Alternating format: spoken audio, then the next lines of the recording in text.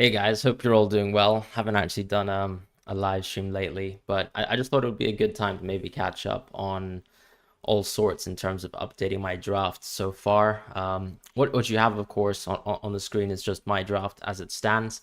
Happy to really discuss any questions that you guys have maybe on your drafts and what do you guys think is the sort of topics in terms of the preseason so far that you think would be quite interesting. I'd probably say a lot of people would be asking me questions on Foden.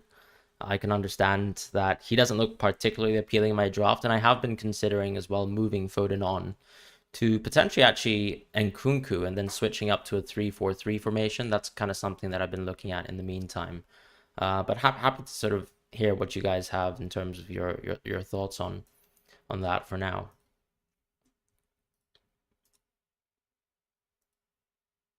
Oops.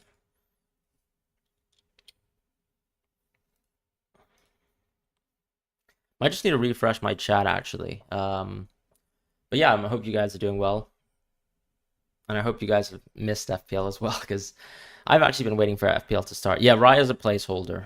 That's absolutely correct. Would I consider doubling up on Brighton defense? Honestly, no. The reason why I don't really want to double up on Brighton is because I think their early fixtures are good, but then we won't really have the certainty over their keepers to start with. Because unless, let's say, Steele just is completely absent from the preseason, then I'm expecting that Steele will probably actually still start because he was actually really good in De Zerbi's system last year. So I'm kind of struggling to see why Steele would be immediately dropped. And so for that reason, I do think it's tough to actually make a decision on that 4.5 spot for now. So that's kind of my thoughts on that. I mean, if we just go to transfers as well, as you say, Raya's a placeholder for Onana. So he's at 5 million, and hopefully I can just simply move him on to a Man United keeper. I mean, they might sign Onana tomorrow, or at least get the deal finalized so that that can be completed. But of course, yeah, that's kind of what I'm looking at. And then I've got 0.5 in the bank, which is actually more so to think about, hey, if Mbumo or Mitoma are not performing very well, can they be moved on to Sterling immediately as soon as Chelsea have good games? So that's kind of my consideration there.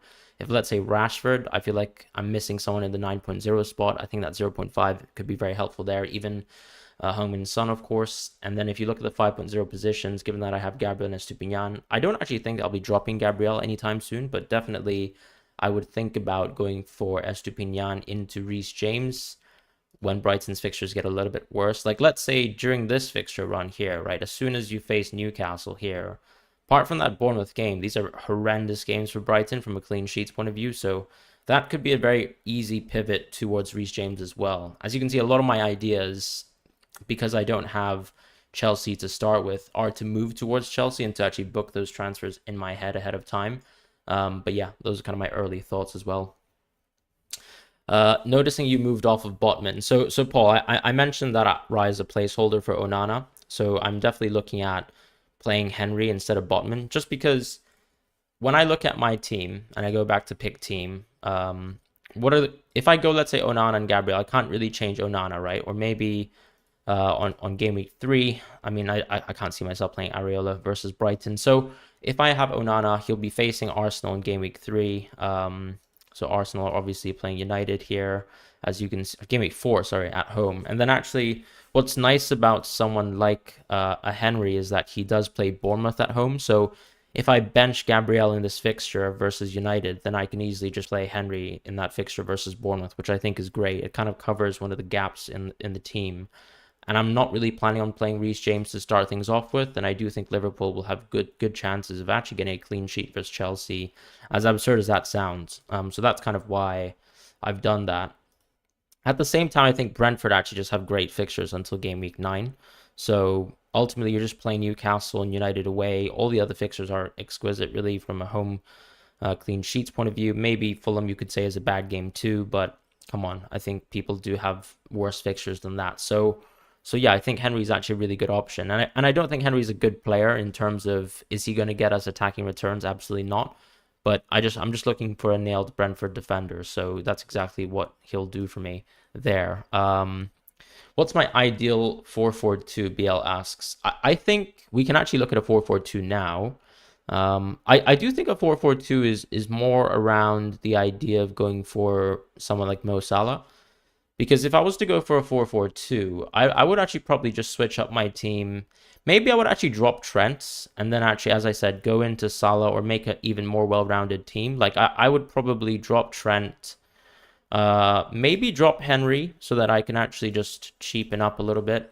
Because if I go Flecken, right, as a keeper, and then I go Shaw, and then I go James, this would probably be the backline that I would like to start off with in a 4-4-2. So I'm quite happy with this backline here. Then I've got money to spend, right? So at this point, I would actually maybe consider pushing Foden into Rashford, which I think is very sensible. Or I could also, let's say, move into Nkunku over Jesus and then go for another even bigger upgrade. But I do like the idea of simply just going for Rashford here and then maybe actually pushing Mbeumo or Mitoma into maybe, like, for example, you could, let's say, go... I'd probably think about dropping Mbeumo and then maybe starting with a 7.0 player. Like, you could go Sterling potentially. The reason why I say this is if let's say you go Mitoma to start with, and you don't want to book a transfer towards Sterling when their fixtures turn bad, then you can just simply move back into Mbeumo around that time when the fixtures go bad for Brighton. So that's an opportunity there that I quite like. At the same time, you can just move into another 7.0 player, but there aren't too many. It's going to be Mount if he's interesting, but as you can see, we already have triple United. Bowen could be interesting to start the season off with as well. So maybe if we just start with Bowen and he doesn't have Liverpool in game week 1 like the Chelsea players do, you could actually just start off with Bournemouth, which is quite nice. But ultimately, I think a lot of it is going to be looking at Chelsea and Brighton. I really don't like those fixtures for West Ham. So Bowen isn't someone that I'm particularly high on. At the same time, if I don't want to save money in the bank, I can just go Foden and then just kind of play this draft template here. Maybe go Mbeumo over Mitoma. And that's an option there too in a 4-4-2 setup. I definitely would probably drop Trent in 4-4-2 and just and sort of beef up my midfield because that's the kind of opportunity you have to do there. I know this is obviously, what am I doing actually? This is like a 4-5-2, but you could actually just go Rashford and then, oh my god, I'm actually confusing myself. This is so stupid. My bad. So let's see. I would probably go. You might want to go Zaruri actually, just so you can actually have a depth-like player, and then maybe just go Son as well. That's an option. I did mention about going Salah as well, so if you don't want to do that, you can just go Salah. Maybe drop the Zaruri pick into a 4.5 option. Let's see who's a 4.5. Not many great midfielders. I mean, let's just say Ndombele for now could be interesting. Then I'd probably actually, unfortunately, you see, I'm kind of strapped with 6.0, so this would have to be probably Nkunku in the forward position to actually afford a 6.5. Because I don't really like the idea of Enciso right now. I think he's just going to be rotated a lot, so that could be an option as well. If I just move into, I'm going to say Mbeumo for now, because I actually prefer him over Mitoma. So this is like a 4-4-2 that you could start off with that I quite like, but... I mean, what's the issue with this draft? I think it's hard, especially when you don't save any money in the bank, to push up into kind of prices that you like. So that's one of the tricky things here. Like, it's hard to push into a 9.0 at this point. It's also hard to push into Jesus or even Wilson if he comes good. So yeah, that's kind of what I have to say for that now. I'll quickly go back to chat though.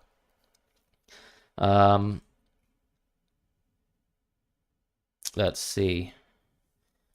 Graham says, hi, I was just going to ask that very question. 3-4-3 with Haaland, Jesus, and Nkunku. Yeah, I much prefer Nkunku over Hakpo. That's 100% certain. Because I think there's basically a 65% chance that Nkunku will be the penalty taker. Just looking at the statistics for some of the other penalty takers in Chelsea. I mean, Sterling is like a 50% penalty taker in his career. Reece James, we've got small sample size. So even though Potter did mention he could be one of the penalty takers, I do think Nkunku can take that role because he was previously a penalty taker in his career and has taken at least more than 9 penalties. As far as Iceman, he's gone for Gabriel, Porro, James, Botman, and Stupinian. I mean, that's a very well-rounded defensive backline. I probably wouldn't spend as much money on as strong of a backline. I'd probably just go for a 4.0 option at that point because you're probably not going to be playing Botman early doors. And I mean, unless you actually plan on playing a back 5, that can be quite interesting. Oh, you've gone for a 5-3-2, have you? I mean, in that case, it makes sense. I think the only option I... Oh, sorry. My bad. You've just written Foden and Mitoma. I think you've got way too much depth in your team. I mean, you've got, what, 5 options in defense and 5 options in the midfield? What kind of formation are you going with there? Hey, Ray. Hope you're doing well. What do I think about dropping Trent? You're thinking about switching him to Shaw, upgrading midfielders, and it leaves with 1 million left.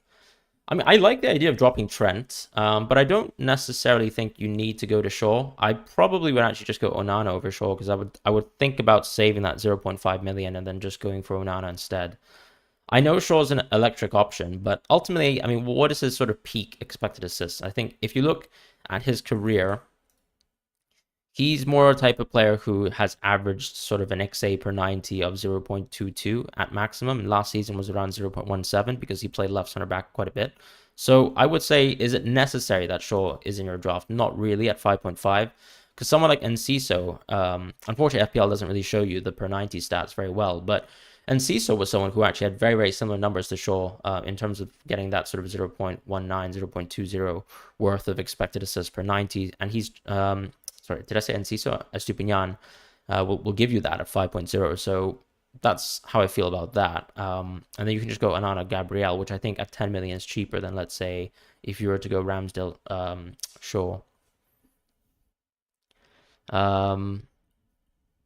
But why drop Trent? I'm not dropping Trent. That's just only if you wanted to go with that. It would just give you the opportunity to strengthen some of your midfield picks. But in my opinion, we just have a lot of value from the 6.5 players in the world. So like Mbuma, Mitoma, these are all great options. So I can't really see the reason why you would necessarily drop off of them. So yeah, that's kind of my early thoughts on those sorts of players. What do you guys think about Bruno and Rashford? How are you guys making that decision yourselves? Why not Baldock over Bell? I mean, I don't even have Bell. I mean, sorry, I do have Bell on my team. I mean, I could go with Baldock, but I just think... I don't think it really matters, to be honest. I'm probably actually most likely to go with Bayer, actually, from Burnley, just because he's very low owned. Oops, sorry, I'm just literally mistyping nonstop. But yeah, he's low owned, sub 10%, does play for actually the best championship defense last season. Obviously the worst run of fixtures, but I mean, look, he still covers 2 and 5, arguably. And yeah, I mean, 4.0, I don't really expect that player to be playing too much, given the fact that I actually have a 4.5 defender on the bench. So those are kind of my thoughts on that. I might actually have to see, for example, like what fixtures wouldn't Henry cover well, and so 5 is a good one, which is why, you know, Bear might be interesting because he covers 5 decently well with Nottingham Forest, that sort of thing there in terms of like what kind of gaps I have in my bench. Have you thought of a 4-4-2 that brings in Shaw over Mbeumo? Ooh, interesting. So are you saying like let's say we keep Trent and then we just drop we just drop Mbeumo, right? Just go for Shaw. That would make sense. I guess you'd be going Flecken in that situation, and then you go maybe Botman as your 4. Actually, you would just go for a 4.0, wouldn't you? I mean, let's just try that out. I'd have to just drop Flecken back here, and then presumably I'd obviously beef up Foden again. Dropping Mbeumo. Who's our favorite one? Just Ndombele again. And then I've got Rashford money, I guess, or Son money, whatever you want to call it. And then 0.5 in the bank so that I can maybe... I mean, what would I need 0.5 in the bank for in this draft?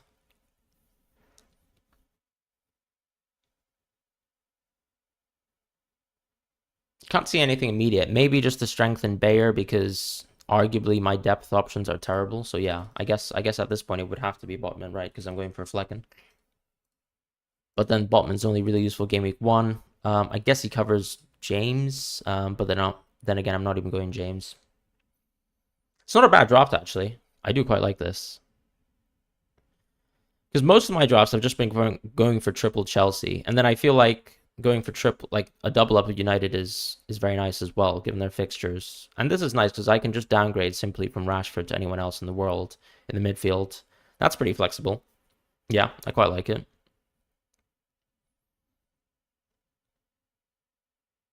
Yeah, I do think Flecken as well is like absurdly priced for a 4.5 keeper. Given that we're expecting a little bit of rotation in Brighton's keepers, the access to, let's say, a top 6, top 7 Premier League defense is pretty insane.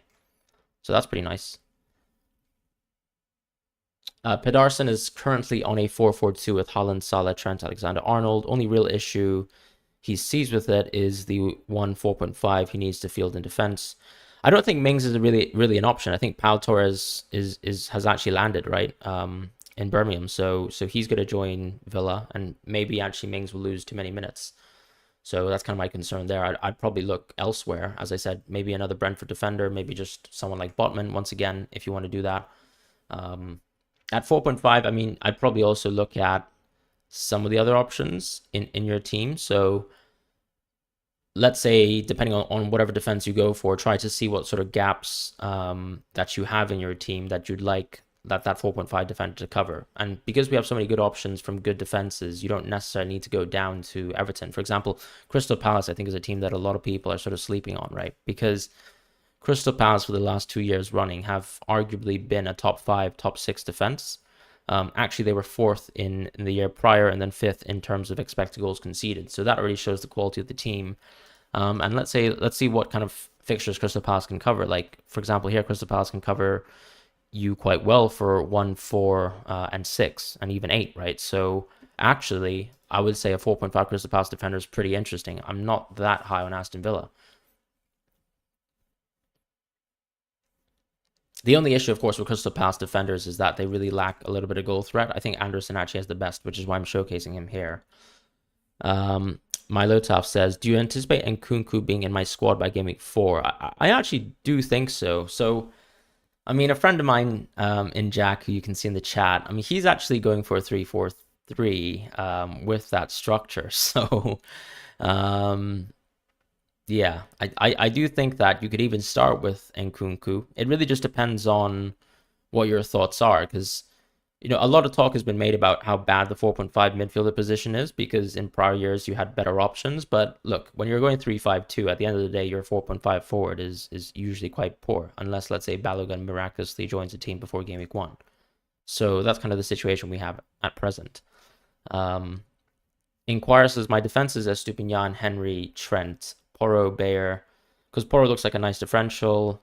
And if it goes wrong, you'll switch to Botman. I mean, you could definitely test out Porro for a few weeks, provided that he actually starts in the preseason. Because, of course, Porro actually has fantastic numbers. I mean, he's pretty close to Trent, pretty close to Trippier when it comes to underlyings. Slightly small sample size, but Tottenham, I think, vastly underperformed in defense last year. They finished around 5th in terms of expected goals conceded, but actually finished 15th. So that's 10 places dropped in terms of how poor they were in terms of actually conceding goals versus what they expectedly should have. So you could argue that the Tottenham probably won't have so much of an severe underperformance next season. Carl says opinions on Callum Wilson. I mean, he's a fantastic option as well. So let's say the Jesus test doesn't work out really well, or at least we have Jesus for all these great fixtures until, let's say, like Everton. Then we can easily just move into a Newcastle player, like when Jesus has to play Spurs here. Obviously, we'll miss out on the Bournemouth game, but what can you do? Or maybe at that time, if I go for a 3-4-3, I could actually afford Wilson. But Wilson, of course, has magnificent numbers. I wouldn't even call it small sample size anymore, because he played enough minutes, in my opinion, to warrant being considered a good pick. It's just simply the Newcastle fixtures are terrible at the start. So I would say just have a plan. Right, like as long as you have an 8.0 forward in your draft, then the move towards Wilson in game week 6 here, after he plays Brentford, it's pretty perfect, because you then have effectively a 5-game run, which is, I mean, that's ludicrous here with exception. I mean, even Crystal Palace is being played at home, and they're the only reasonably good top half defense here that I can see. So that's an insane run for Wilson. You wanted to drop Trent, JT says, to have Rashford, Fernandes, Saka, Foden. I mean, look, I don't think Trent is essential. I've got Trent. He's at 8.0 million. You probably have to compare him with the 8.5 forward, just because you can save that much money in terms of positions, right? Because obviously a 4.0 defender exists. Therefore, you're just spending an additional 4 versus, let's say, a 4.5 mid and Bruno, for example, at 8.5. So, yeah, I think you'd probably have to consider it in your sort of draft structure, someone like Fernandes at 8.5 versus Trent, and see whether that value holds some place. Or if it's, let's say, Rashford and you want to compare it to, let's say, a 4.5 defender, you could visualize it like that and make a decision there. When will I do a stream to rate our drafts? I could actually do like in probably around 20-30 minutes. I'm happy to jump into looking at your drafts early doors. I'm also planning to make a video on rating your drafts just in general, looking at some kind of key structures. But I'm happy to look at drafts in probably at around 6 p.m. my time, so around 23 minutes. Estupinian, Gabriel Shaw, Porro, James. I mean, if you wanted me to rate that sort of pair of... I mean, are you going with the 5-3-2 template? That's way too much money spent on defenders for it to not be. I think those are all fantastic defenders, maybe with exception to Porro. Like, I would put an asterisk over him is basically the thing I'd say. If he starts, I think he's a green option, like if you wanted to think about my cheat sheet. But yeah, I mean, he's an interesting one. Eze, I do think Eze is not really worth the price. Like, he's a penalty taker, yes. He's got good underlying stats, yes. At the same time, I'd probably still back a stronger attack in Brighton and in Brentford. And I don't think the minutes, for example, of Mbeumo are poor. First of all, Mbeumo as well is on penalties now too. So that compares really well to Eze. And then with Mitoma, I just think... I mean, yeah. I just think Brighton's run of 3 fixtures in a row is so good that you can just start with Mitoma and then just pivot away if you'd like to. What do I think about Pascal Gross as a differential? Yeah, I think he's probably 80% on penalties. He was the penalty taker when Graham Potter was a manager. One of the interesting things that I looked at with Pascal Gross actually earlier today was, if you look at Brighton's underlying stats, how many matches did Pascal Gross get his best numbers in? So actually, Pascal Gross got his best underlying stats in terms of the goals that he scored, the assists that he scored early in the season when Potter was the manager. And once Roberto De Zerbi came in, he was actually playing deeper in the pitch. And so I actually think that if you, let's say, excluded the Potter fixtures and are just looking at Roberto De Zerbi sample size, there is a bit of a margin between, let's say, March and Mitoma versus a Gross. So that's kind of what my concern is with Gross. I would say he's a yellow option, but you could perceive him to be a green because, of course, the added value of penalties is huge. But we aren't 100% sure of penalties now, so I'm a bit cautious to say that he's a green pick. Tris says, I'm starting to like a City defender over Shaw. Looking at the fixtures, Gameweek 1 leaks probably 2. Looking good, bro. Thank you, Tris. Hope you're doing well. So which City defender are you going for? Are you going for one of the 5.5 ones in terms of Stones and Ruben Diaz, or are you looking for something else here? Am I planning to make a goalkeeper's cheat sheet? I mean, no, because actually, if you look at the defender's cheat sheet video, the goalkeepers are on that video. So you can have a look at that. Once Onana joins, though, FPL, I do think he'll be a green option, just to let you know. 5.0 league City defender, so you're saying probably Nathan Ake or Akanji. I think Ake will get more minutes, but then I'm also a bit concerned about, Guardiola. So, like, if Guardiola actually joins, what's going to happen to Nathan Ake's minutes? But of course, that deal hasn't been finalized yet, so who knows? What are my thoughts on Gibbs White as a differential? I mean, he's a differential, and he's exactly that. At 6.0 million, I just don't think he's necessarily worth the cost. He's probably going to be on penalties, but if you look at his underlying stats, like his XG per 90 is really poor for a player that actually had really good returns last season. So that's my concern with him. I think Nottingham Forest as well are one of the weakest teams in the Premier League. They were last time around, and I would generally just be a bit concerned with going with a player from a much weaker team that has a much smaller sort of goal chance. I mean, just in general, like chance creation, goal creation, ceiling, compared to, let's say, someone from Brighton, like Mitoma. I know it's a little bit more expensive, or even Mbeumo, but at the end of the day, I'd much rather back a top half offense and a player that plays within it.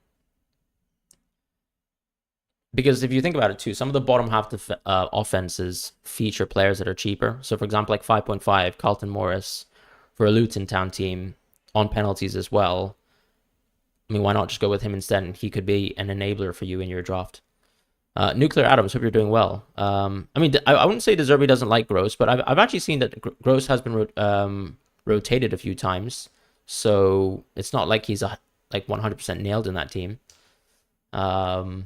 DXB, you've gone for Ferguson over Mitoma. I think that's a bit risky, my friend, because what's my concern? First of all, if you just look at Ferguson on FBref, for example, you'd see that he really does struggle to get minutes in the team. In fact, I think he has less average minutes than someone like Enciso, who was previously playing in the 10 position in that team. So when you look at Ferguson and the fact that someone like Undav can actually play there at times, and you even have Welbeck, for example. I mean, that's a lot of issues in terms of minutes that I can foresee for someone like Evan Ferguson, who, of course, he looks like an exquisite player, and I'm sure he will turn out to be a fantastic talent. But that's my concern. I wouldn't really start the season out with Ferguson. I'd much rather Mitoma because I do think his minutes are nailed. Nuclear Atoms, which players do you want but can't get?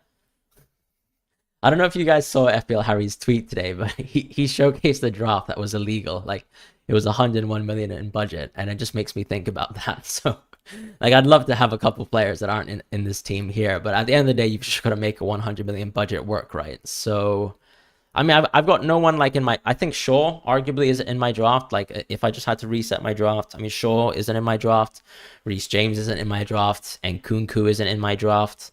Those are the players that I'd be looking at, I would say, right now that I'm a bit scared of that I don't own, and even Rashford, for example, as well. Those are the players really that I'm only concerned about. But I do think I'll cover Shaw well when Onana joins my team. Keep in mind, of course, this isn't actually Raya. So, hopefully things will look better for this team. Good to see a little bit of good vibes in the chat. Hope you guys are doing well. Luke says, you've got Ake, but Guardiola possible. Yeah, makes sense. Yuri, you heard Reece James is going to be in penalties. I highly doubt that. I think so. There was a quote last season where Graham Potter basically said that Havertz or Reece James would have taken a penalty, but of course Nkunku's signing for this team now, and he is a penalty taker, right? So he has taken penalties in the past. He has a very good conversion rate so far, small sample size, yada yada. But I do expect Nkunku to be the penalty taker at this time. Like, if you had to put my life on it, I would say Nkunku. Kirbarat Nam says, would you go without Trent in a 3-5-2 and have Saka, Odegaard, Bruno, Rashi? I probably wouldn't go for Odegaard. I mean, I might even consider Martinelli at that point, but I don't think Odegaard's necessarily essential. I would actually try and save a bit of money on Odegaard if possible, because I much prefer Jesus at 8.0. I'm not really looking at Odegaard for now. Like, why not go for a 3-4-3 at that point, and then just go for Jesus? You'd save 0.5 in your team. Trish says, think Gameweek 2 and 3 fixtures might be a bit overrated for Brighton. Wolves decent at home, don't have the stats at hand, and West Ham not that bad.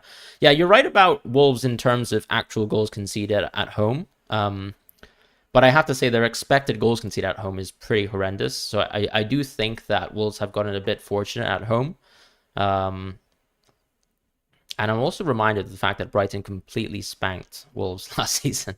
But of course, once again, home and away. And then West Ham. Yeah, I mean, West Ham's actually, that's a tough fixture.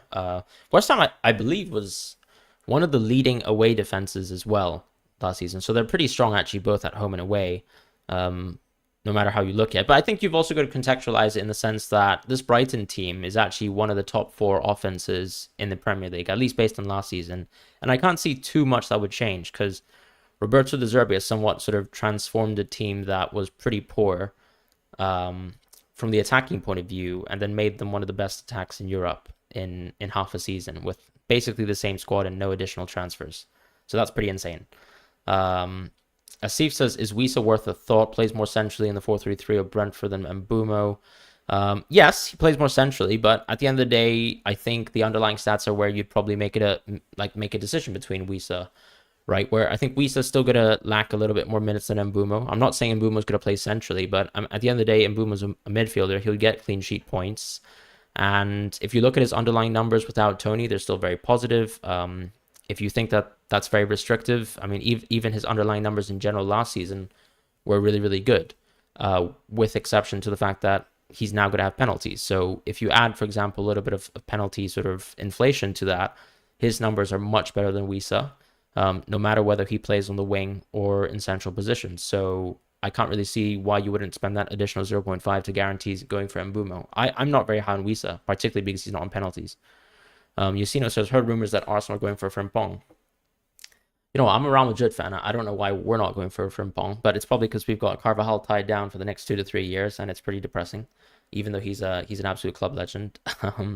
But yeah, I mean, Frimpong would be interesting, right? Because they've already got a very sort of dynamic left back in Zinchenko. I kind of highly doubt that they would be going for someone of that mold because it would make me seem like they've got quite an imbalanced team when it comes to the fullback positions, and they've already got significant coverage there because Timber is sort of someone who can play right center back, maybe even right back, and we know Ben White is perfectly capable of doing the same. Not to mention that Tomiyasu will probably recover from whatever injury he has, and he'll also play minutes there too.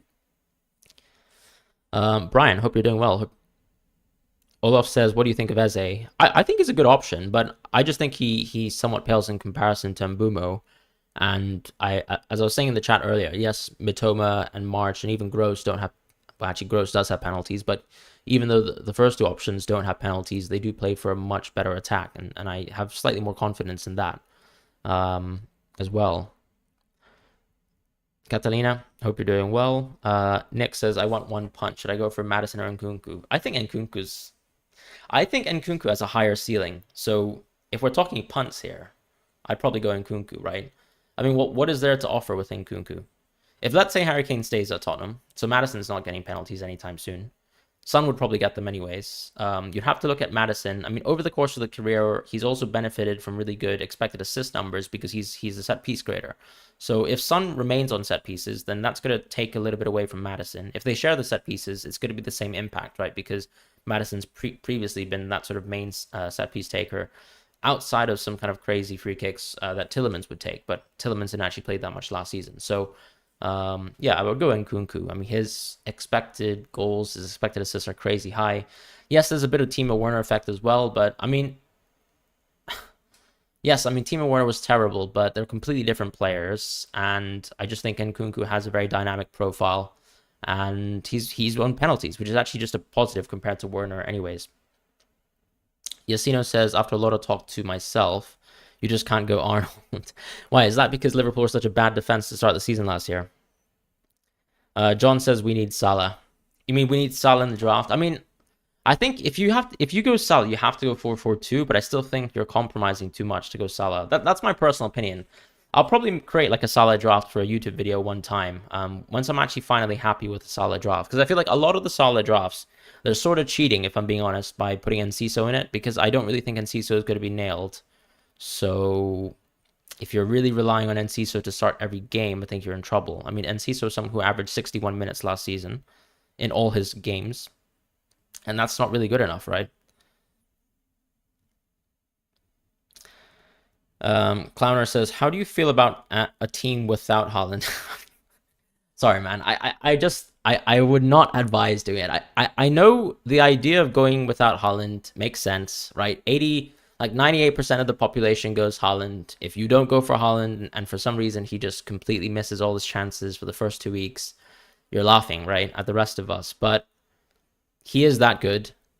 They do create that many chances. It's very hard to ignore Haaland, in my opinion. I would not draft without Haaland. That's my personal opinion, but feel free to do it. I mean, like, for example, if you went for a Haaland draft, I would tell you that it's a mistake, but I would say, you know, good luck with that as well, because I don't think there's one set way to play FPL, and you should absolutely do whatever you want. Like, if you think Haaland's gonna absolutely stink it up in the first 2 weeks, then go ahead. That's totally fine.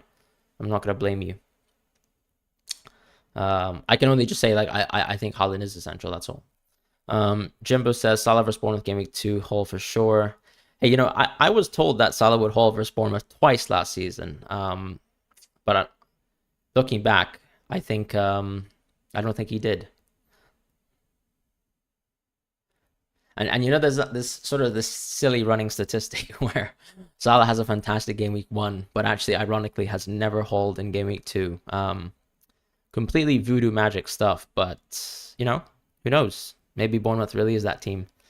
I'm kidding, of course, but yeah, I mean, Salah's probably the best game week 2 captain. But at the end of the day, you've got to think about, you know, when you're building your FPL team from game week 1, this team should last you to your first wildcard, right? So, is game week 2 Salah captaincy going to be, you know, the largest percentage of your points from game weeks 1 to 8? If not, and he probably isn't, then you don't need to worry about game week 2 Salah that much, in my opinion. Harry says, how do you feel about having Mbeumo, Mitoma, and Ciso in the same draft? Look, there's a lot of value there, but I feel like you're compromising too much by going for that, because I think Mbeumo and Mitoma, like if you think about it, right, like let's say if Mbeumo stinks, I mean, who are you going to replace him with in 6.5? Your best replacement was actually Mitoma, right? And then you'd probably have to go Eze at that point, or another Brighton player. But then you've already got Mitoma and Ciso. So then in that structure, I feel like you're sort of playing around only a pool of Brighton players, and it's very restrictive. And then Enciso, I'm not very certain about his minutes, so I'm kind of concerned about that. Did I watch Man United today? Not yet. I'll probably rewatch it and kind of have a look at some preseason summaries. Unfortunately, I've been at work, and then also doing this live stream, so I haven't been watching United. But do let me know how United are getting on. I think they're playing versus Leeds, aren't they? Haaland's Game Week 2 is his first game at home after winning the UCL. Yeah, honestly, like City at the Etihad right now are so good of a team. Like I've actually put Newcastle as a green fixture just because I think City are that disgustingly good at the Etihad. And maybe that's a bit of PTSD as a Real Madrid fan, losing at their home. I won't say how big the scoreline is or was, because I don't want to think about it. But City are a very, very good team at home. They completely spanked Liverpool at the Etihad as well on that sort of second fixture in the Premier League last season. And Liverpool's usually what many people would call their bogey team. So yeah, I don't know. I mean, City are a different beast. Biswanath, hope you're doing well. Nice to see you. Another season, another depression. Did your season end poorly? I feel like I'm on a high this season to start off with, because my season, like, let's actually look at, I don't know if you can, we can't see my rank history as in like how it went last season, but I had a pretty good start last season. Then I did terribly because I made it like some pretty big mistakes.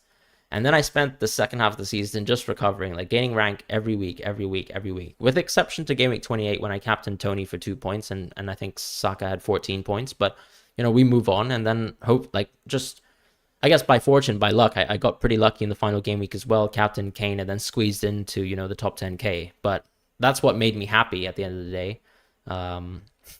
And yeah, I can remember the season before that, I had a terrible run and I felt pretty depressed as you were, but every season is actually different. So, none of your decisions last season will have any impact on this one. So it's good to probably, refresh your mentality and your approach to FPL and just enjoy the season. Is Martinelli a big upgrade on Mitoma and Mbeumo? I'd probably say no, Tris. I think at 8.0 he's well priced, right? Because at the end of the day, you've got access to someone who's cheaper than Odegaard. But look, Jesus is 8.0 as well. And if I wanted to spend 8.0 on an Arsenal player, it would be Jesus, 100%. So that's how I feel about that. On the other hand, City starts slow in the league. Hey, City didn't start slow last season, if you have a look. They actually kind of struggled like halfway into the season, if you remember. City were actually starting off really hot. I feel like they get a couple upsets when they're playing versus Tottenham, but that's about it, and that's actually away. And at the same time, also, you have to think, when they won the league, they started to throw away some games. Like, I've got to be honest, like, that was definitely City B team playing some games at the end of the season. And then also, City players not really caring as much because the league is won and they're not really playing for anything. So that was my general sentiment at the end. Arsenal attack triple up. Okay, Tris. I think you're cooking on something there. But, like, okay, so who replaces, like, someone like Gabriel for you in that situation?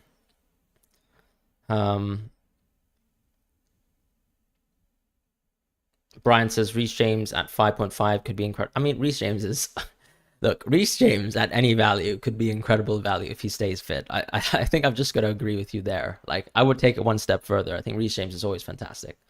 But he needs to play football for more than 3 or 4 games in a row before we can say that, sadly. Where do we send the drafts at 6? Send it to me on Twitter. So my Twitter is FPL __ Fran. So 2 underscores. You can find me on there. That's my Twitter. Happy to do some kind of provisional draft ratings. Why not? Akanji or Ake, the leaked one. Man, you're fully sold on the leaked idea. Maybe Raptor will cook up some leaks for us. That would be quite nice, wouldn't it? Let's see. Biswanath says any 4.5 forward who will be able to start. I mean, I don't think there's any 4.5 forward right now who will start every single game, Biswanath. So I've got to be honest there. We have some potential options. Like, let's say Balogun moves to another team. That could be one. I know there's another Leeds forward who's at 4.5. He could be one who could play some games. But there's no one who's going to be out and out starting right now. Cameron Archer, he might be someone who steals a bit of minutes from Watkins this season because he's actually clearly a very young developing talent from this country. So that could be one. Reece James is such a risk. I mean, so I think, like, look, if you think Reece James is a risk, like, why not just move into Chilwell? Konate. Hope you're doing well. Evening to you. God, I'm just literally rereading a question. So yeah, I will be rating some drafts in around 5 minutes. That should be quite fun. I'll just rename the stream right now to rating your teams Q&A. If you guys could like the stream, that would be really appreciated as well. And subscribe, of course, if you haven't subscribed already. Oh yeah, Semenyo maybe at Bournemouth. Yeah, but I mean, once again, he's another young player who got a few minutes last season, where you would expect for him to get some minutes later into the season, or in sporadic games as he did close to the end of the season. But do you have confidence in him starting game to game? Like, probably not. At the same time, I mean, all the 4.5 forwards are, like, I was actually, the reason why I've got Sims in my team, ironically, is because I actually kind of like the idea of having my forward like not lose any value. Because I remember last season we all went Archer, right? And then he dropped to like 4.3 million for whatever reason. And I was like, why am I losing team value for nothing? Like, why not just have a 4.5 forward who just isn't ever going to play in FPL and isn't ever going to lose value? So that's kind of why I have Sims now, provisionally. But of course, he'll probably have to move on if we find someone a bit more appetizing. JP, hope you're doing well. Is Salah a trap or must buy? I mean, he's not a must buy. I wouldn't say he's a trap either. I'd probably say Salah's going to... Like, Salah is a good option, but is he essential? Like, absolutely not. Like, I think probably the community sentiment on Salah, actually, for the first time ever, is that 25 to 30% of people will find him in draft. Oh, for sure, Alejandro, yeah. No, I get that, actually, yeah. You don't want to use up your transfer 4.5 guy. 100%, I agree with you there. At the end of the day, like, if you're breaking through for Bournemouth, like, how exceptional of a player can you be? If that sort of makes sense to you. Because you're not even going to be on penalties, right, compared to Slanky. So it's kind of my concern there. Thoughts on Wisa? I sort of expressed it earlier, but I still think that, look, I want to spend that additional 0.5 in Mbumo. He's not on penalties. His underlying stats aren't particularly good. I mean, if anything, if you're a super sub most of the time, you'd expect your underlying stats to be really good. Are his underlying stats really good? Not really. Not really at all. So that's kind of how I feel about that. Is that MLO Gulio? My bad. No idea actually how your name is meant to be pronounced on YouTube, but good day to you as well. I think I'm going to be rating some drafts on Twitter. Okay, Yacino's got a draft. Let's have a look at that. I probably need to reformat my stream a little bit, don't I? Or actually, I could just rate your draft. Wait, actually, let me just sort of reformat this on the fly.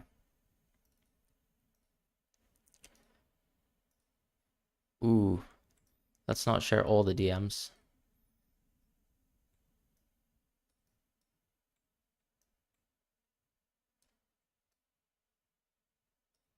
All right, there you go, Yacino. That's your draft. I'll have to try to keep the format consistent. Apologies, I haven't really like set up my live streaming setup. Plus, I actually had work all the way until like 5:15, so I literally just launched live stream as soon as I finished. Okay, so that's the first draft that we'll rate. Okay, let's see. I mean, this draft is so close to the draft I have now, and it might be actually better just because you've got Shaw as opposed to Trent, and you've got Rashford as opposed to Foden. Let me think. Foden versus Rashford, and then Trent versus Shaw. So who's okay? You've got Flecken as well. You've got Porro on the bench and James. Okay, I think you've got way too much rotation in your team. I would probably give this an 8. Like, you've picked all the great players in FPL. Like, I don't even think there's one option here that I would say is bad. In fact, they're all good. With maybe exception to Pedro Porro. We'll have to see with the preseason whether he actually becomes that sort of starting player in the back four. Because I've watched him play in the back four for Spain, and honestly, I was not impressed. But his attacking numbers in a back five were fantastic. Yeah, I'd probably give this one an 8. As I said, the only thing is I don't think there's a need to rotate this heavily. You've effectively got 5 incredible defenders, 5 incredible midfielders. Absolutely no need to do that. I would push it with forward defenders. Your midfield looks lit, so I would probably keep it as it stands. You've got Flecken as well, who's an incredible budget option too, so no real issues with that. I'd probably actually, downgrade in other positions. I mean, this is weird because actually, if you save up money, you could just go for Trent. But maybe why not just go for... I'm trying to feel like maybe going for a 4-4-2 makes sense here. You could upgrade one of Mbeumo or Mitoma. You could also strengthen your keeper. Yeah, I don't know. I would just cut down the depth a little bit. That's probably how I would do it. I'd probably keep James, probably sell Porro off to a 4.5 because you want to have good rotation in a back 4. Maybe just switch to 4-4-2. If you want to stick in 3-5-2, I'd probably have to just push. Yeah, I'd probably have to say goodbye to James. Maybe book a transfer towards him. It's tough. It depends on what your logic is with Chelsea, right? Because if you really want Chelsea by game week 3 and you want like at least 3 other players, or at least the flexibility to do that with some transfers, then I can understand going for, one Chelsea player to start with. So that's one thing to think about. But yeah, I think you just need to have a thought about how you would cut down the budget. Just make sure you have a starting team of, let's say, 11.5 players is how I would usually describe it. And then just make sure that whatever, +1 player you have is just someone who plays 90 minutes a game. That's basically another 0.5, which gets you to around 12 playing players at all times. So that's kind of how I feel about that. I'd give it an 8 for now. Triss's drafts. I hope this actually is visible. Oh, it's a little bit cut off. Let's resize that one as well.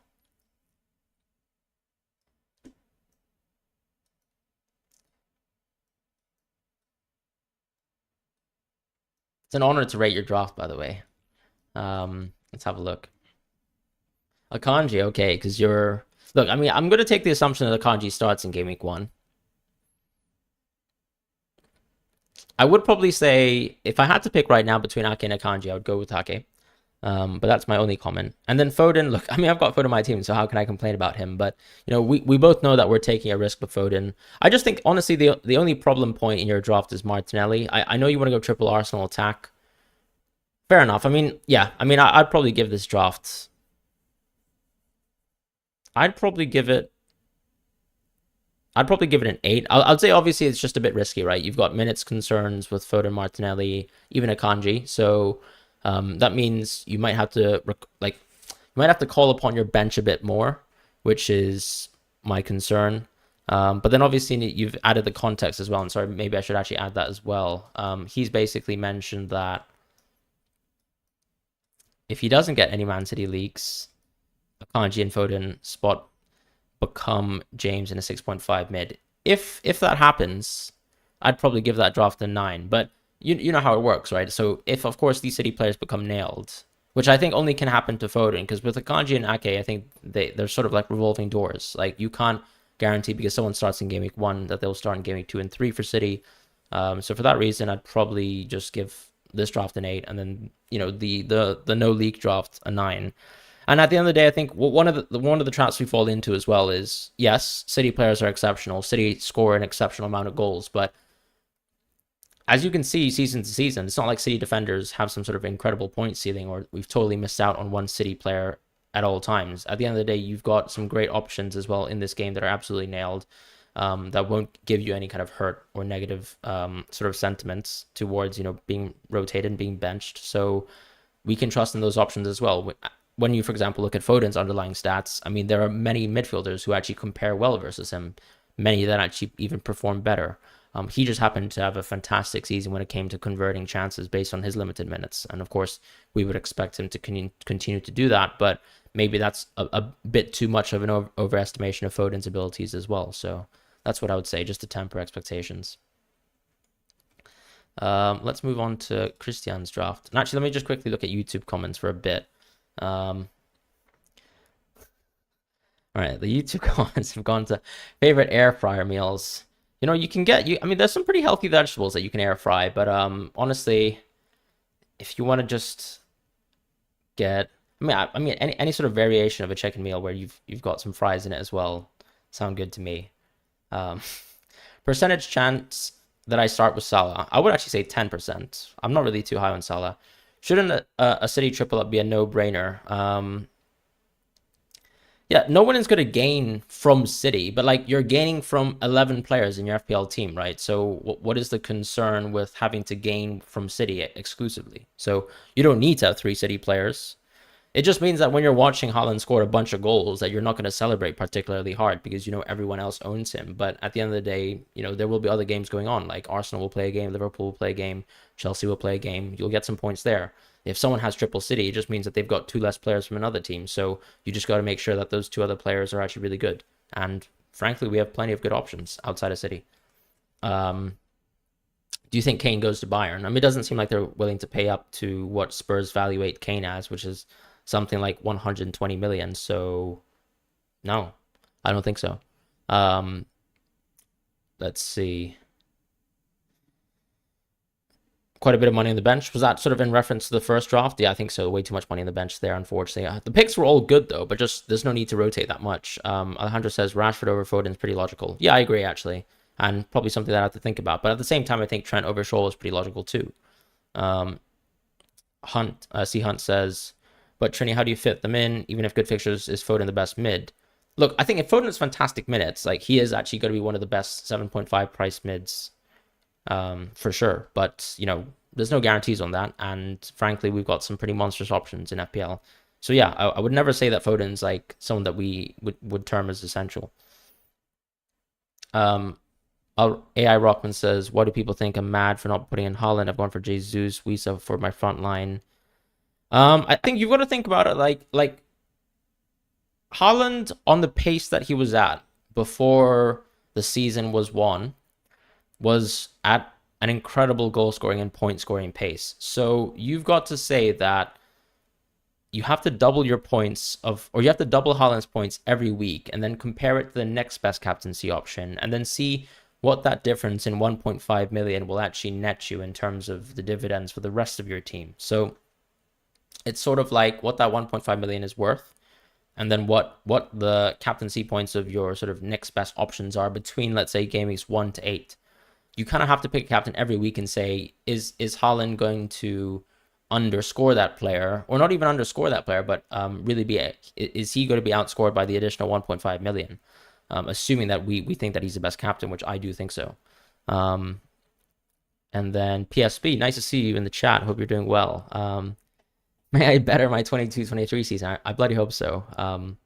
Foden to Sterling game week 3 if Pep does bold things. Yeah, I mean, I'll be there as well. My concern, of course, is that in my draft, I've got Mbeumo Mitoma. So too much maybe pricing around the 7 million, 6.5 million position, potentially.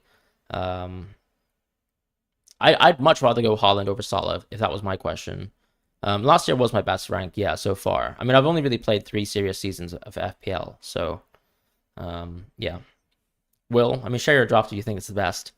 You can send me your team on Twitter as well. I'll actually pin my comment because that's so the pinned message is actually my Twitter username, so you can find me there and then probably just drop me a DM. All right, let's actually go back to rating some drafts.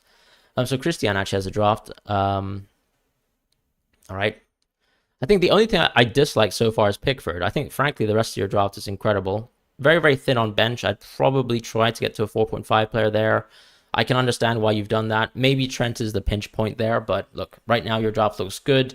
You've actually covered all the bases because if you go for Rashford, right, there's no other 9.5 mid to go for. If you go for Jesus, there's no other 8.5 forward to go for. So I like the idea of that. I'd probably just upgrade on the Pickford position, and actually I would keep your draft the same if you have confidence in terms of the rotation between the Burnley and the Luton players.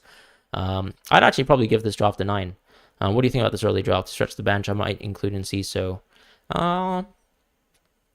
So when you say stretch the bench, what would you do with Enciso? Do let me know in the future. Abdul Rahman, I don't know why this is spazzing out. Why is Twitter like this? Why can't we have nice things? All right. I hope that's better.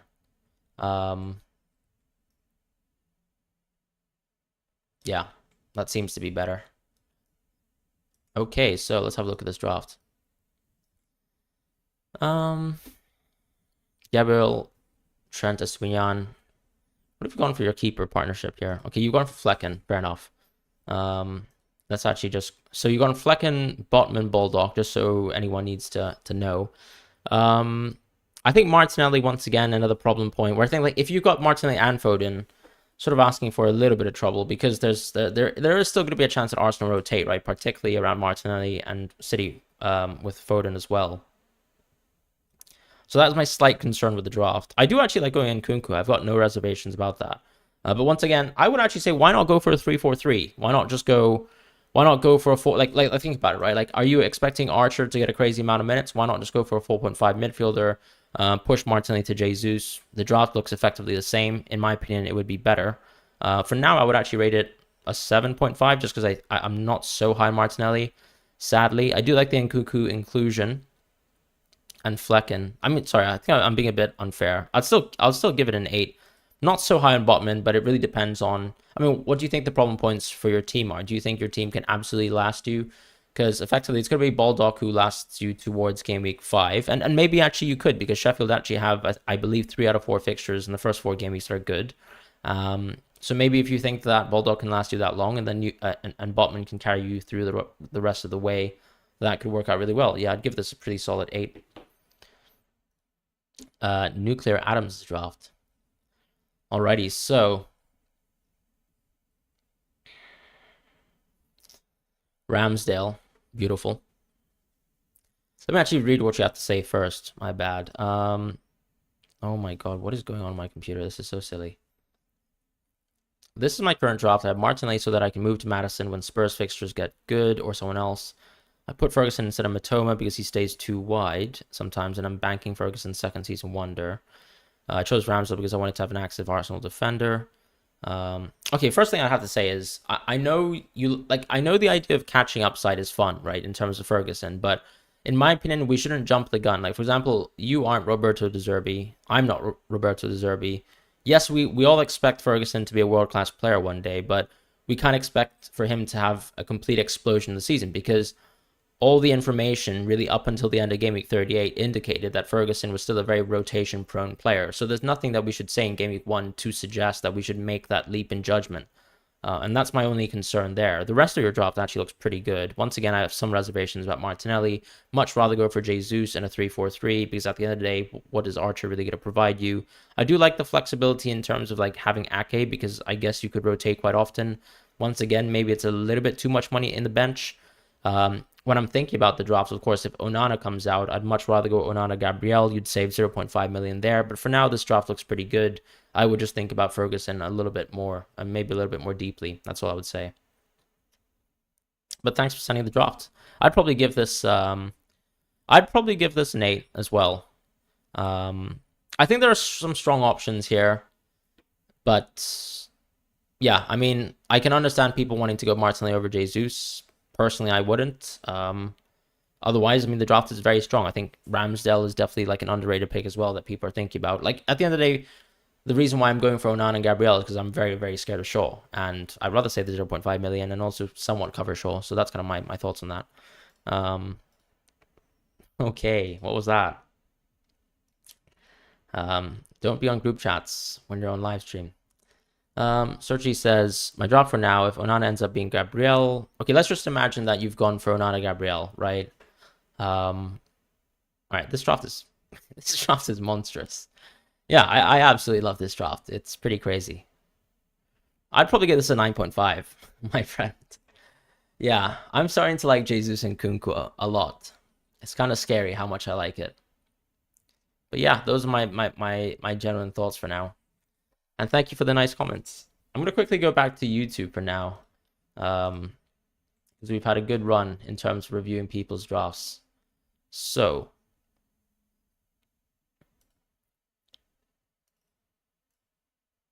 I'll just go back quickly towards my team, kind of redress that up.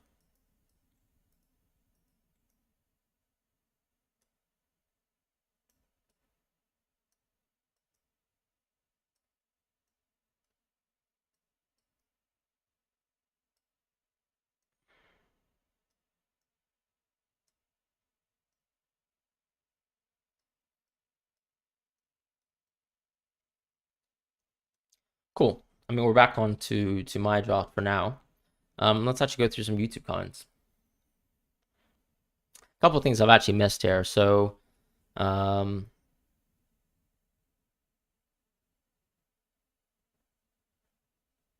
opinion on Son. Yeah, I think Son's great, but at the end of the day, you've got to say he had a really poor season last year, and it wasn't the fact that he was, converting poorly. One of the things that has been Son's main traits in years past is that he has been one of the best clinical finishers in world football. So if you're thinking that Son is going to have a repeat season of last year with slightly better finishing, actually, he's not going to score that many goals because he had a real stinker of a season, and the underlying numbers were really poor for Son. So one of the concerns is you're going to ask, is he going to have a complete 180 in terms of his finishing performance? Or is Spurs going to magically become a much better attacking team based on the fact that they have a new manager? I think I'd like to wait and see with Spurs first, because the last time I was watching teams like Arsenal or teams like United or even Brighton, these were all fantastic attacks, and they were actually consistently building great chances for all their players, even the players out wide. So I don't really think Son is a particularly favorable option for now, but I can easily see myself moving towards Son later in the season. So yeah. You realize that you will start your season with minimum 0.5 in the bank. Yeah, that's actually something I didn't do last season, but I'm definitely looking forward to do this season. The reason why that is we need some flexibility. A lot of these Chelsea players are at weird price points, right? For example, let's say you want to move away from Estupinian for whatever reason.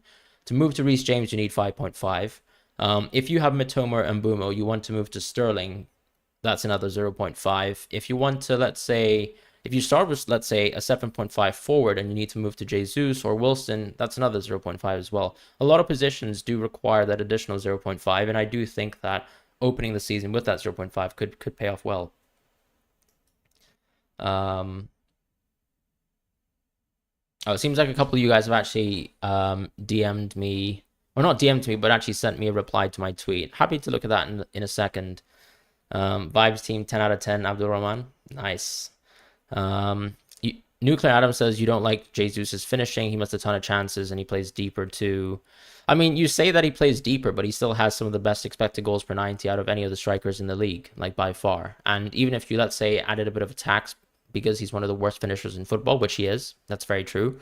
You would also notice that Jesus actually builds a lot of chances. He has much higher baseline in terms of bonus points for strikers, and also, as I said, has a ridiculous amount of assists. Like if you actually look at his goal and assist conversion, it actually still puts him as one of the elite finish, like the elite, not finishers, but in terms of like overall game, actual output players is what I would call them, because we're talking about goal involvement. So I think he definitely underscores in terms of XG, but he will deliver on the XA, that's for sure.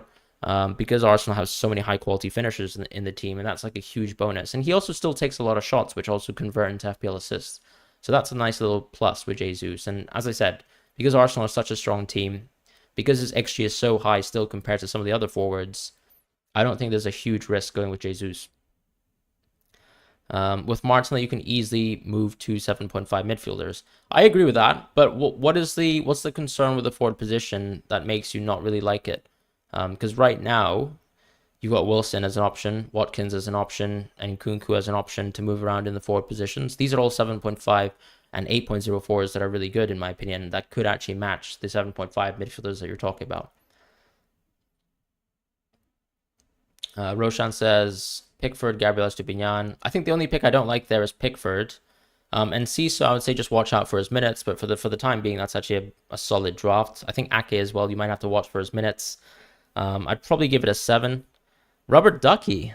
I actually haven't been on Spaces in a while, but I do remember being in some of your Spaces last year. Hope you're doing well, if that's you. Pickford for Steele. What do you mean by Pickford for Steele? As in you want to change Steele in place of Pickford? It's tough to actually pick Steele right now because I think, look, you signed a new Dutch keeper. High likelihood that at some point in the season that they'll probably move into him as the starter. Maybe I'm reading into it too much, but yeah, I agree Steele starts, but it's a bit risky, right? You don't really, like, for example, I think it was a huge risk to go into Steele when I wildcarded into Sanchez last season, but whenever a keeper gets dropped, that's kind of like the end of a keeper's run within a team, in my opinion. But this is a situation where you still have someone who's nailed, and then someone who's actually looking to take his spot. So you don't know when. Maybe Steele would lose his position, but it could happen. And if it happens early doors, which it could happen, then you'd be in trouble. And I don't think it's really worth, having to sort of deal with uncertainty around keepers. Like, why not just get Fleck in from Brentford, who plays for a very, very similar quality defense? In fact, a better defense. Why don't I have Rashford instead of Bruno? I just wanted to save the 0.5 million in the bank, actually. So that's sort of how I felt about going for Bruno at the time being. And I just think if you look back at the season, right, Rashford had fantastic stats, really, really good expected goals per 90, but Bruno actually had some insane expected assists per 90. The biggest thing was actually the people around him weren't chance converting. So if let's say they sign a better striker, which I'm hoping they do, and I'm expecting that they do, by game week 1, you'd probably expect that Bruno will have some people who are more competent at finishing his chances, on top of Rashford, who was, the leading goal scorer for that team. So I think Rashford has the potential to recreate what a great season that he had in the previous year, but I do think Bruno has more potential to grow in terms of if you let's say are just looking at their outputs in terms of the underlyings last season, and Bruno having crazy numbers. Like, he actually had effectively double of Odegaard's expected assist numbers. That's going to pay out to something for sure, hopefully, down the line when you have better positive finishing within the team. So I'm kind of expecting for Bruno to have a better season just from that point of view. I do think Rashford is exquisite. And actually, I'll definitely tempt myself with a Rashford draft. Maybe I really do have to drop Trent after all. I can save 0.5 by converting Henry with 4.0 defender like Bayer. You already have Raya to cover the Brentford CS. I mean, Raya's not going to play. Raya's a placeholder for Onana. I should probably actually say that in the chat. So Raya's not going to be my keeper. It'll be Onana, actually. And that's why I've gone for Henry as well. For now. As I said too, I think at 4.5, Crystal Palace players are being underlooked. Or overlooked, sorry. Actually, yeah, same thing. But then you've got Botman as well. So let's say if you have someone who you think, for example, a Sheffield United defender could cover the early fixtures quite well, so you could just go Botman. Onana should be 4.5. I'm going to disagree with you because United were the leading team in clean sheets. I know FPL don't just look at clean sheets, but they don't really tend to look at expected goals conceded. And yeah, I think they usually back, the general consensus with points as well. And yeah, I think for that reason, Onana's probably going to be priced as 5. I'd be shocked, for example, I mean, look at Dalot's price, 5.0, Shaw's price, 5.5. Do you really think Onana's going to be 4.5? Marco says for his second season, he wanted to try something funny where he has 7 penalty takers. Nothing funny about it, Marco. I think having penalty takers is very smart. So I would definitely do that. Onana with a few FPL assists. I don't think that's going to happen, Keymaker. But absolutely, like he passes a lot more and much more comfortably out of the back than De Gea. So you could argue that the baseline BPS could improve. And either way, United are a very good defense anyways. Thoughts on Nkunku over Jesus and having 2 Arsenal mids instead? So my concern is that the Arsenal mids, I think, outside of Saka, are slightly overpriced considering the pricing that we have. Like, I think Jesus is underpriced compared to, let's say, Martinelli and Odegaard, if we just wanted to look at that very small sample size. What about Foden to Sterling since you don't have a Chelsea player? Yeah, I'll definitely consider that as well. The only concern, as I said, is that I don't really want to have too many players in that sort of 6.5 to 7 million bracket, because I think I'm sort of rotating between the options only being, let's say, Sterling and then the Brighton player and then Mbeumo. So if any of them come poor and I spend my money elsewhere, unless I have 0.5 in the bank, it's going to be tough to move away from that. But yeah, definitely something that I'll think about as well.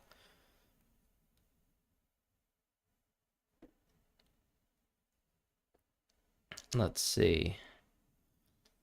Do you reckon it is worth switching Botman to Bell, for example, to get that 0.5 in the bank? It really depends on how, like, for example, if you're picking some rotation-prone players, I wouldn't do that. If you feel like you have a player, like, for example, if let's say most of your team are comprised of players like Bruno Fernandes, who are usually always fit, usually playing 90 minutes, maybe you could risk it, but I'd probably still go with a 4.5. Thoughts on a similar draft to yours, but dropping Trent Alexander-Arnold? I mean, a couple of people have asked me about dropping Trent, so why not drop Trent for one time? I think I would actually be Onana Gabriel, right? So I'm going James in this situation. So I'll go Estupiñán, James, Gabriel, Onana. Then I have 3.0. I guess I just go Rashford. What else could I do here?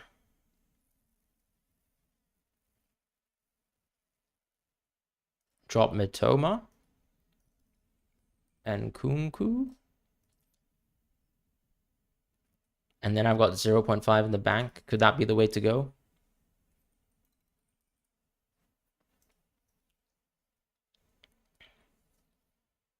Wait, why do I have Bell? Sorry about that. Oh, I do actually. The Bell's fine. Maybe I should just change Bell to Bulldog for now. Or Bear, actually. This could work.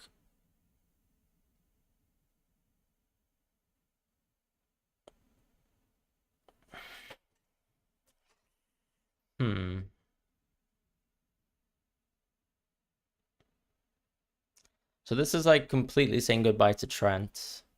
I could move Mbeumo to Sterling very easily. So that's nice. Nothing really to do in the defensive positions. And then, you know, if I don't go Sterling and I want to go out of Nkunku instead, I guess I could just go into Wilson eventually, which would be pretty interesting.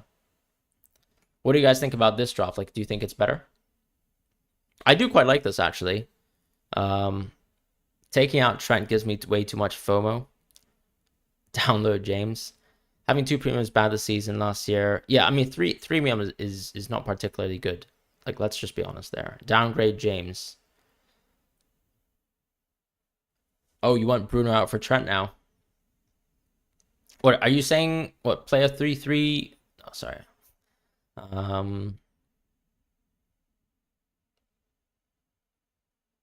Okay, you're saying the comparative is Trent for Bruno. Is that what you're saying? Yeah. I kind of like this draft, to be honest. I mean, maybe I could start with it, Mitoma as well. But then it's like, oh, God, these fixtures. Like, these 3 fixtures in a row are really good as well for Mbeumo. And it just continues to stay good, with the exception to Newcastle. So I need coverage in Gameweek 5, don't I? And 8. So I know Bayer covers 5 decently. Not so decently. And then I probably actually need to move out of the Brentford business. Maybe to cover 5. But then if I go with Botman, I mean, he's also got a bad fixture too. I need to quickly check back on Anderson. Still a tough fixture here.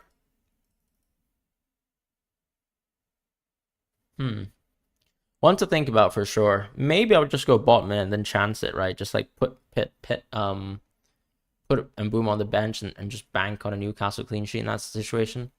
That could work out, and then I don't really need to play Botman at all.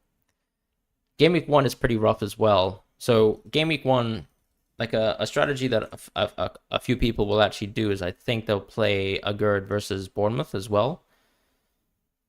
Really bad coverage of 5, but, you know, because I have James and I don't want to play James, I guess I could just play Agurd, and then I can just go Nkunku in that situation, hoping that Chelsea score, hoping that Liverpool scores well, and both teams score type of game. That could work.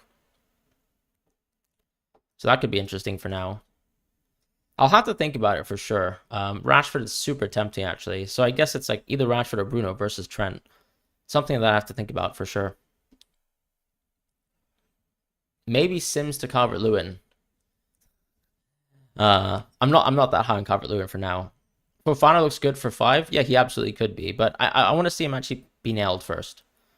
Because I don't necessarily want to back the Chelsea defense early doors, because I'm not sure if it's like I'm not sure I'd be getting Chelsea defense for the clean sheets, right? It's only for the chance to tap into the upside of James.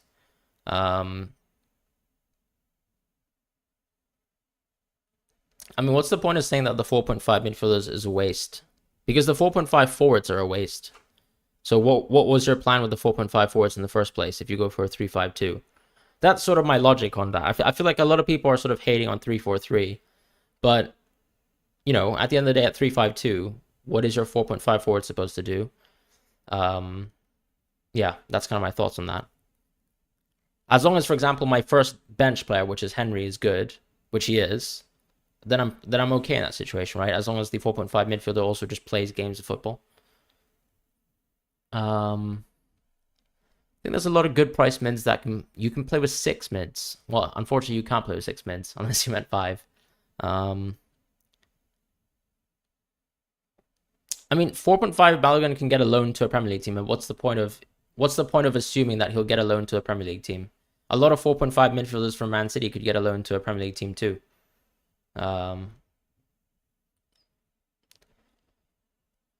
Okay, I get the point about wanting to switch out of forwards, but at the end of the day, you still have Watkins, you still have Darwin, who I can see Rishab has actually just mentioned on chat. So you've got Darwin, I mean Hakpo as well, who I don't particularly rate, and then you've got Wilson as well, who's like a mega pick. Like as long as you can survive with either Jesus or Nkunku for a bit, you know, I can't imagine Nkunku would be bad enough. And if he is bad enough, just switch him to Jesus. Switch him into Wilson. And I can't imagine Jesus will ever be a bad pick until he gets injured. So I see Jesus as someone that I would probably keep for a long time. What do you think if you swapped Mbeumo for Bernardo? Nah, absolutely not. I just think that Bernardo provides nothing for the City attack. Like, he's a great player and he's 100% nailed for City. But like, let's just be honest about. I mean, this is what Bernardo did last season. 106 points. He played a lot of minutes. Much less minutes than in previous years, right? I mean, look at Bernardo. Best seasons were 2018-19, 2021-22. Played a lot more minutes there. Bernardo doesn't actually play that many minutes. He's not that involved in terms of the final third. Completely killed us at the Etihad. I'm a Real Madrid fan. But look at Mbeumo. Much more consistent returns, much more consistent minutes, and he's going to be on penalties. What's the point of going for a City attacker who's not going to be particularly good at attacking from an FPL point of view?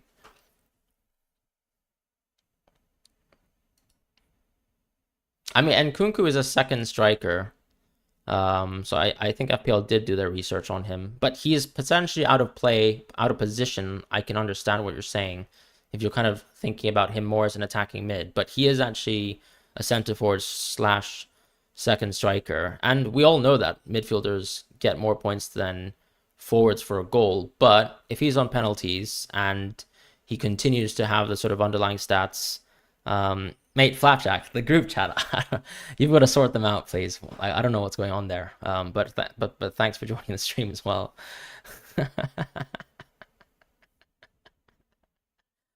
Man, that's such a bad misclick. I might have to just like quickly just adjust the settings on the stream to say that they're not safe for children afterwards when I publish this video. But going back to the Nkunku point though, like if you add a little bit of Bundesliga tax and you're saying that he's not going to have as horrific of a season as Werner, plus you're going to add penalties on him anyways. I mean, he still looks like an exceptional player. Like I wouldn't see the reason to say he's a bad pick compared to a midfielder. You just have to be objective about it, right? Like think about like last season, we weren't always playing with a 3-5-2. You had plenty of forwards to play with, right? A lot of people had Tony, Kane, and Haaland.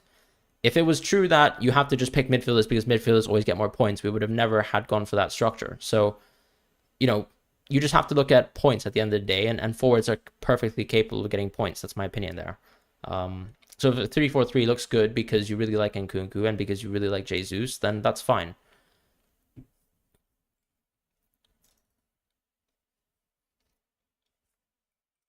Like for a silly little test, like Kane outscored Salah. That's the end of the day at 12.5, right? But is Kane going to have, once again, another better season than Salah? I'm not sure. But if I really do believe that Kane is going to score more points than Salah, which is perfectly possible because we've seen that it's possible, then, you know, why not start with a 3-4-3 if you want to? It's kind of how I feel about. I'm open to 3-5-2 and 3-4-3. Obviously, my current draft now is a 3-5-2, but who knows? I might be leaning towards 3-4-3. One of the big objectives that I have with my draft is to make sure that I can get some Chelsea inside it because yeah, the run is very, very sweet. And Chelsea, fortunately, like for example, if you looked at a run like this and you were a team like City, this would be all green fixtures effectively, because even the tough games are at home, right? You're playing Arsenal at home, you're playing Liverpool at home. So obviously, if City had this run of games, I'd immediately move on to probably triple City, but we say that about any of City's runs anyways, but the issue is that they always have minutes rotations, and that's always going to create a problem. So if I reset my draft now, I mean, I've got Foden for now, but I'm expecting, let's say, one of the players to go to the Saudi League, like Bernardo or Mahrez, and then I'm expecting one of the midfielders to probably not, like, to free up a position for him, because yes, we know Alvarez plays in place of KDB. But if he's injured at the start of the season, recovering from his hamstring tear, that he was apparently dealing with for the last 2 months of the season, then I think based on the last few games of sample size that we have from Pep and the fact that he does believe in that sort of semblance of form, then Foden can actually cover for KDB for a bit, because he was actually using Foden as a like-for-like replacement as opposed to Alvarez. The last time Alvarez was a KDB replacement was in the Brighton game, where Foden was subbed off just temporarily as a cautionary sub. And Alvarez actually, honestly, I don't really like him when he plays in the KDB position anyways. So I'm not saying that I know better than Pep, but I think Pep recently has sort of changed his mind on that, and we'll have to just see if he sticks it out with Foden at the start of the season. And I think it's a worthwhile punt.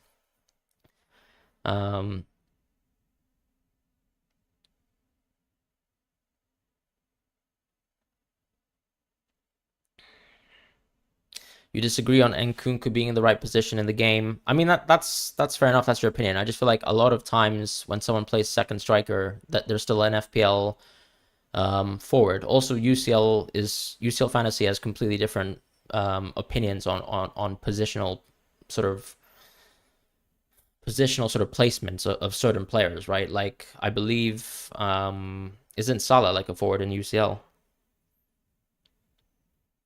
or am I wrong there? I'm not sure. I've definitely seen in the past that UCL has different sort of opinions on forwards. Too many good options in midfield not to go 3-5-2.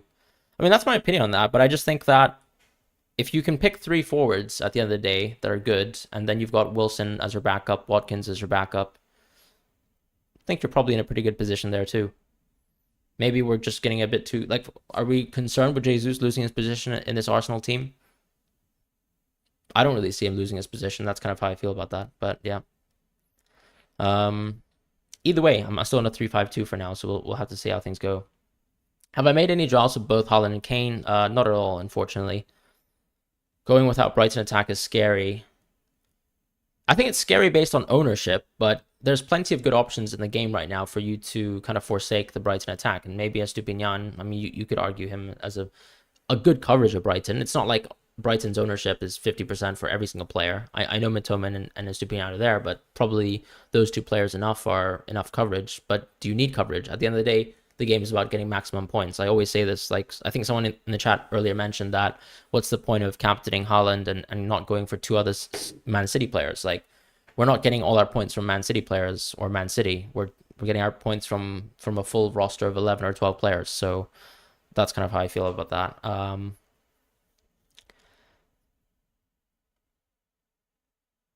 All you have to hope for is a loan, but you're gonna prevent yourself from having three players from Arsenal. So that sounds like a pretty bad expectation, no? Why would you not start the season with triple Arsenal if you could? And also, since when were we so reliant on 4.5 forwards to be a part of the game? Were you using Andreas frequently last season? I'd probably say that that's my counterpoint. I know a lot of people had Andreas auto subs, but at the same time, a lot of people had auto subs from 4.0 defenders, which we have plenty of options this year. In some years past, 4.0 defenders was a very, very tough position to have access in terms of someone who gets consistent playing time, but this season you do. So that actually probably adds a little bit of benefit to, looking into a 3-4-3 if possible. And yeah, I mean, like, Ndombele could find his way to a team. I just think, yeah, why would I start the season with triple Arsenal and one of the Arsenal players would be a 4.5 forward who could or could not move to a Premier League team? That doesn't seem to make sense to me. Joe Lowe, what's your take on DCL? I like him, but I just think that he's really struggled to stay fit as of late. And the preseason is completely different. A lot of people say that if he's going to have a good preseason, he's going to just be in their team in Game Week 1. But I've still seen a lot of times in many instances in history where if you're easing in a player as a manager and he has recurring injury issues, that you still have to ease him into full-time football, even though he might have a preseason under his belt, like 60 minutes, 70 minutes, or even, off the bench from the first game. So that could happen, and that could hamper DCL a lot. But I think he's at a very unique price point at 6.0, which is really nice. Like, he could be a really good enabler. Like, only realistically, DCL and Morris are the only enablers in the forward positions that could allow you to play with a very diverse formational structure where you can maybe move between a back four and a back three, and then a midfield five and a midfield four. So I do like DCL from that sort of perspective. Brighton will be weakened with loss of key players. I mean, who's like, are you sort of saying this based on your expectation of Caicedo leaving as well? Funnily enough, I don't think I've seen many rumors of Caicedo sort of moving as of late. So maybe he'll start the season again with Brighton. McAllister is obviously a huge loss, but I don't know if it's that significant of a loss. I'd still be quite high on Brighton. At the end of the day, I don't think I expected Brighton to ever be such a good team, and Roberto De Zerbi has, done something magical. Johnny says, do I think Nkunku will get more points than Sterling? Yeah, I do actually. I do. Opinion of Eze. I think he's a great pick. I've actually listed him as a differential in my video in terms of the midfielders cheat sheet. But would I start the season with him when I think Matoma and Mbeumo are better options? Probably not. And that's kind of my concern there. Who's the best Man City defender? I think if you really wanted to be 100% certain of minutes, I would say Ruben Diaz, because I'm not gonna include the keepers like Ederson for now. So I would say Ruben Diaz just in terms of minutes. Stones is an interesting one because I feel like he plays such a physically demanding role that you always see Stones as an early substitute in games, and sometimes that could be very detrimental. He could be subbed off at 55 minutes, which has actually happened many times this in the previous season. So that's kind of worrisome to me, even though I think Stones is kind of nailed for starts. Have you considered Son or Maddison? I've considered Maddison in place of Son. I'm actually waiting for the preseason to look at who's going to be on set pieces for Spurs and how that's going to change Maddison or Son, because in my opinion, that's going to hamper at least one of these players and their potential output, right? Because that's less free kicks, less free kick goals, less free kick assists, potential corners as well being lost by one of them. So quite a big impact in terms of who gets what in the preseason.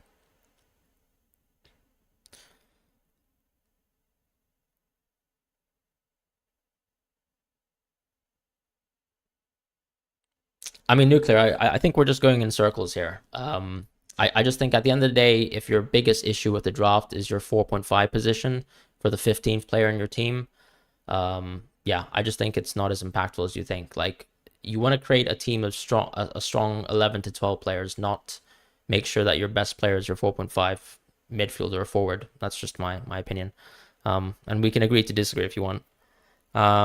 Rishabh says, is Gabriel at risk? Absolutely not. He's a left-footed center back, so I don't see him losing his position at all. In fact, yeah, I would literally put a 0% chance that Gabriel loses his position in Arsenal. Are you concerned that Pep will rotate a lot? Yeah, 100%. I think he will. He always will rotate because he has the options to rotate. So at the end of the day, like, there's nothing wrong with just going for Haaland in your team, or Holland. So, I mean, I could move away from Foden. That's for sure. But yeah, I mean, I really think you don't need to go double City. You don't need to go triple City either. One City is enough, and you can make a really well-rounded team with 11, 12 players that don't come from City. Where will Enciso play next season? I mean, look, I think that we shouldn't jump the gun with Enciso. So he played in the 10 position, but João Pedro can arguably play there as well. We saw Undav play there too. A lot of players are coming back from loan. Some players coming back from injury, like Sarmiento and Buonanotte, even Adam Lallana. So Enciso was someone who averaged 61 minutes last season. And to start the season, I would not expect anything more than that. I do think he's probably good for 2 out of 3 starts every 3 games, but that might not be good enough for your team. So that is a slight concern with Enciso. Doesn't City have an overseas match between Gameweek 1 and 2? I'll have to actually look into that. Sorry. Are we just talking about the European Super Cup? Yeah, I think obviously Maddison is the only true like for like replacement at the 7.5 position, because I don't think Grealish is like a serious pick in FPL whatsoever. So at that point, I mean, I'd probably have to push Foden down, or maybe just push him to Sterling, for example. Because at 8.0, I mean, who do I really have access to that I like? Martinelli, of course, is an option, but I prefer Jesus for now. So it could be Sterling, definitely. And if I start the season with Sterling, I've got money to spend, and that's a tricky thing as well. Maybe that money could be spent into, let's say, like I could go Sterling Rashford. That could be an option too. That could actually sort of immediately secure me the most expensive sort of forward position that I would like, with the exception to Salah. So that could work too if I'm not just purely going Maddison. But yeah, totally open to being flexible. So Foden's definitely flexible in my team, if I'm being honest. Bell, of course. Let me just quickly just change him for Bayer for now.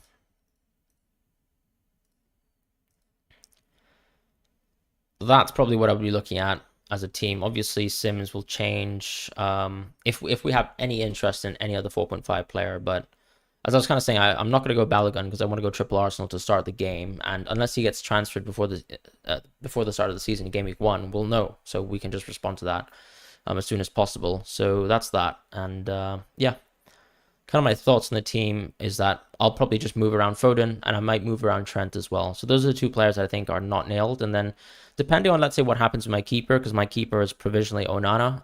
If Onana doesn't go to, I mean, let's see. I mean, I think United will obviously have a player in the keeper position that we can pick early doors. But if, let's say, I start to pick some more Chelsea players, I might pick specific players that cover Chelsea really well. So I was mentioning how Brentford don't necessarily have a very good game week 1 team, like opponent to play against. Whereas, for example, if I went for James and I downgraded from Trent Alexander-Arnold, I would probably want someone in the 4.5 position who has a good game week 1 fixture. So that could be someone like Agurd from West Ham.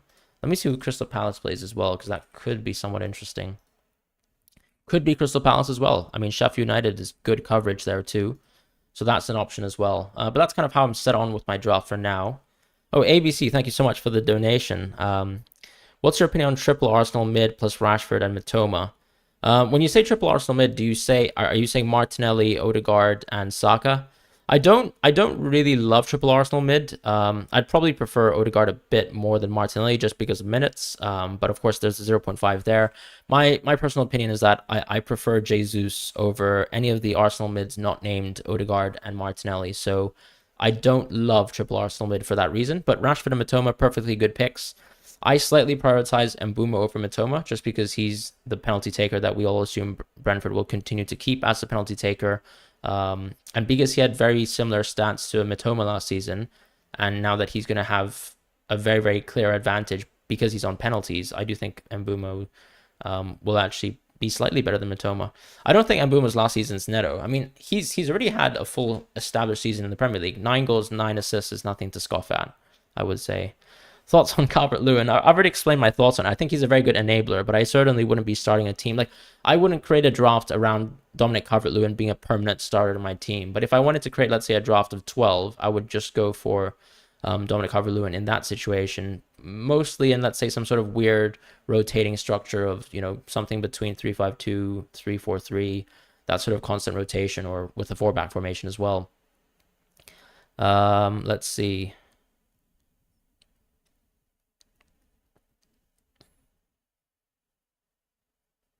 So I understand the point about Arsenal midfielders getting points for every clean sheet, but I mean, if the reason for why you're going for an Arsenal midfielder is clean sheets, I mean, why not go for Arsenal defenders?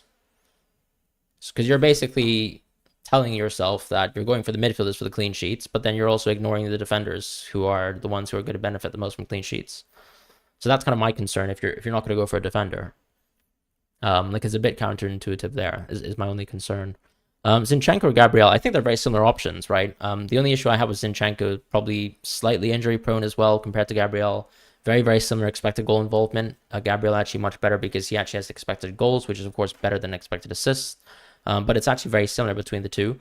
I believe Zinchenko, since he moved his position to a sort of center mid hybrid type sort of open play position, he was getting something like 0.13 expected goal involvement, but half of that was expected goals, half of that was expected assists, whereas Gabriel is almost exclusively expected goals, and 0.13 for a defender is ludicrously high for Gabriel, which suggests that, of course, he's one of the best set-piece targets in the league. Savio says, I feel we need to start with either a Spurs or Chelsea attacker. I do think so. Maybe not necessarily Spurs, but definitely Chelsea, just because the Chelsea run is much purer to me than a Spurs attacker. And it might still be the case that, for example, the Spurs engine is still a fantastic, engine, but Kane is still the one who's benefiting the most from it. Whereas with Chelsea, I'm almost certain that the defenders will play a role. I think with Spurs, of course, you might be looking at Porro as well. I don't know necessarily if we'd be so interested in Son and Maddison. Potentially. And then, of course, I mean, Sterling at 7.0, if Chelsea have him as that sort of out-and-out left winger, I mean, he could be an insane option by Game Week 3. Is it misguided to lock in a short Trent Alexander-Arnold transfer Game Week 2? I think so, yeah. I would say so. Just because I like the idea of booking in provisional transfers, but if it's a must and you're going to do it no matter what, like, and it's just one game week of time, then I would much rather start the season with Trent. Last season, we saw Trent lose a lot of clean sheets, but he still provided a lot from the attacking point of view. And John Doe FPL, hello streamer, I love you. Hello John Doe FPL, I love you too. Yeah. So interesting. I'll probably think a little bit more deeply on my draft at the end of the day. But thank you guys so much for joining the stream. I'll probably actually cut it and call it here. I think I've streamed for around an hour and 30 minutes. So appreciate you guys so much for watching. Once again, thank you ABC789 for the donation. And yeah, I mean, look, at the end of the day, triple Arsenal of any sort is very good. So I would just say don't convince yourself that any Arsenal options are bad or any positions for Arsenal are bad. What do you think of Kovacic? I'll just quickly answer that question. I mean, FPL Mayor, a friend of mine on Twitter, is quite high on Kovacic, but I think when you look at his historical underlying stats, they weren't particularly good. Whereas when you compare it to something like Gundogan, he actually had much better underlying stats before going to City. I didn't air JD. What are you talking about, Tris? Anyways, I hope you guys have a lovely weekend.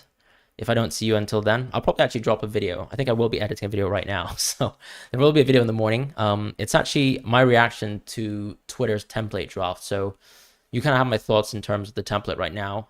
But take care, and I'll see you guys soon.